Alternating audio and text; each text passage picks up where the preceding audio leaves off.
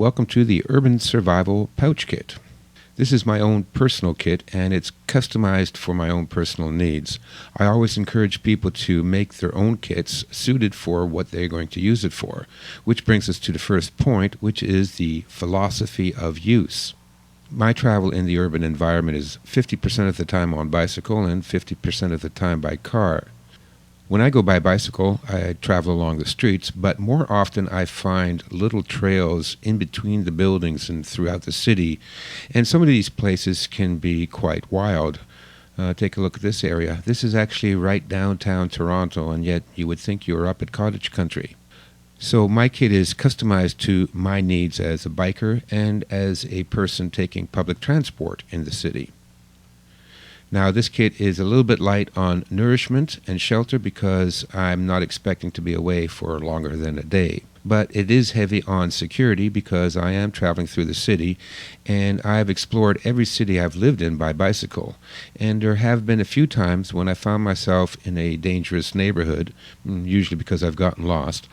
And I'm glad I always brought some security items with me, just in case. I break all my kits down into 5 basic components. They are medical, shelter, nourishment, communications, and security. Every kit will have some items that will fulfill the needs of those categories. First thing on our list is our first aid kit. This is a small first aid kit I put together myself. First, we have some wet wipes. These are good for cleaning your hands off, and they're also good as a disinfectant. I also have a small magnifying glass and a set of tweezers in here.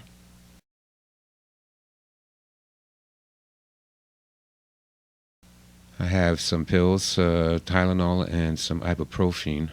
These are some antibiotic cream packets. They've come in handy. I've scratched myself up quite a bit going through some trails, usually from branches and things. And with these alcohol pads and the antibiotic cream, I was able to patch myself up and keep going. These are a couple of gauze pads, some Band-Aids, and a big elastoplast Band-Aid. The next category is shelter.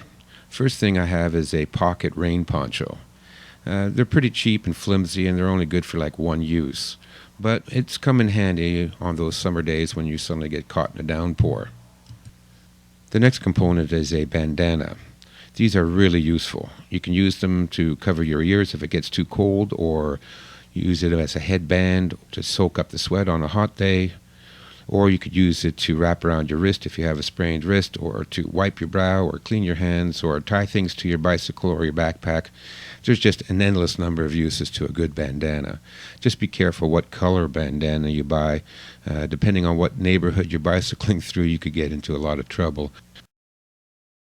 Our third category is nourishment. Like I said, I'm pretty light on nourishment because I don't expect to be away for more than a day. And besides, I'm usually downtown somewhere, so I'll be able to buy food and water if I need to.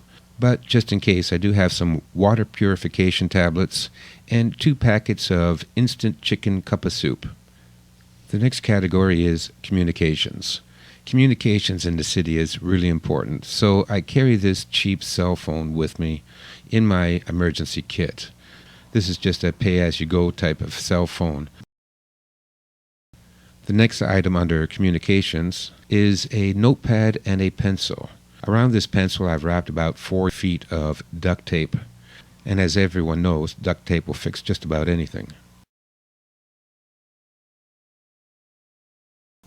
And now we come to the security category. For most people, when they think security, they're thinking weapons and guns and things like that. But for me, security means those items that will keep you safe and secure. So this involves a lot of tools. The first item I have is a bicycle tire repair kit. And this item here is a chain link tool. So I've broken the chain a couple of times, and with this tool you can fix the chain in about 2 minutes. I also have one of these mini pocket tools.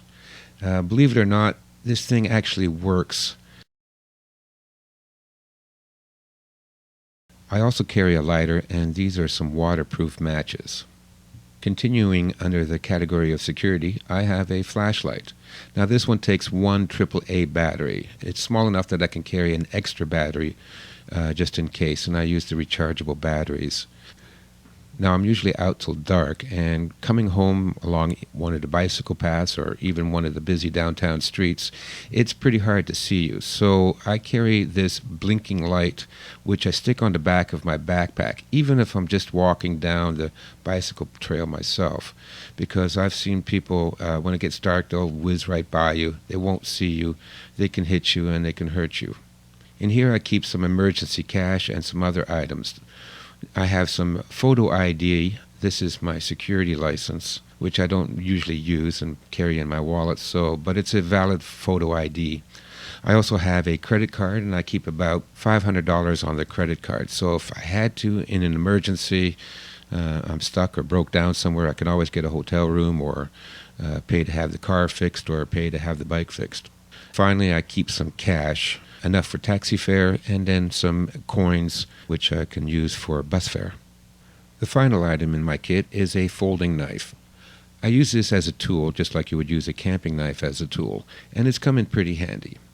But I have to admit, an added benefit to this is it does give you a sense of security. Although I've never had to ever even reach for it, I did feel comfortable having it on me when I found myself lost in certain neighborhoods that looked kind of dangerous.